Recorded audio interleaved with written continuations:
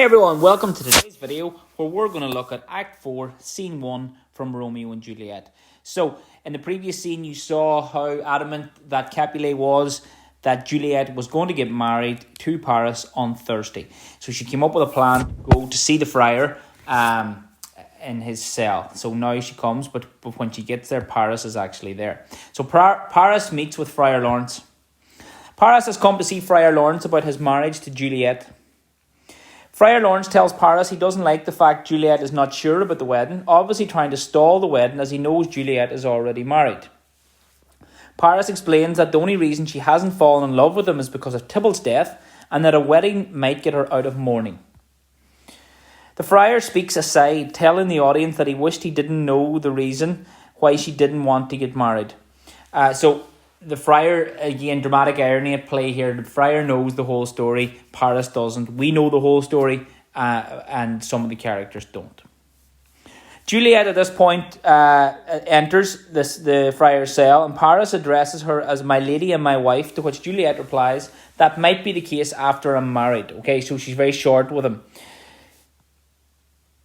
Paris and Juliet have a conversation where, again, her words have double meaning, as she says her face isn't hers, when she means it belongs to Romeo. Okay, so again, like the conversation with her mother.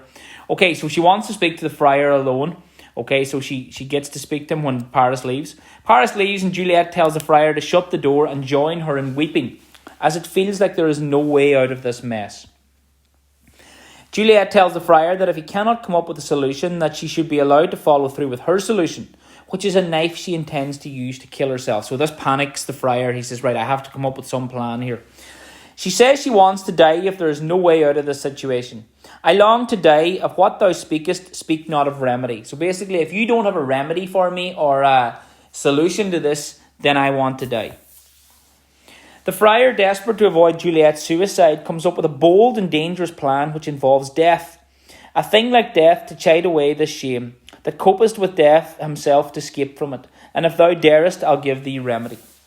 So he's basically telling her here that if she is willing to go along with a dangerous plan, it might be the solution she's looking for. Juliet uses a series of metaphors to explain how she would do anything to get out of this situation. Oh, bid me leap rather than marry Paris from off the battlements from yonder tower. So basically, she'd rather jump off the tower of the battlements than marry Paris. So she's trying to explain that she doesn't want to marry Paris. Okay, so let's look at the friar's plan. What is it? The friar tells Juliet to go home and pretend that everything is fine and that she agrees to marry Paris. He tells her to sleep alone, and then he produces a vial which he says she must drink, and it will make her pulse stop, making her appear dead. So it's again, remember the friar talked about the different potions that are there for good and bad, and in this case it's to pretend that you're dead. So it's going to stop her pulse so that people will think she's dead. He tells her that she will remain in this state for 42 hours. He then says that when Paris arrives on the morning of the wedding, they will think she is dead and by tradition, take her to the Capulet tomb where she will be placed. The friar will then send word to Romeo of the plan, and he can come back to Verona to help Juliet escape from the tomb. Juliet agrees to take the vial and go along with the friar's plan, which will allow her and Romeo to be together. Okay, so that's Act 4, Scene 1. And again, if you like today's content, please hit like and subscribe for further videos. Thank you.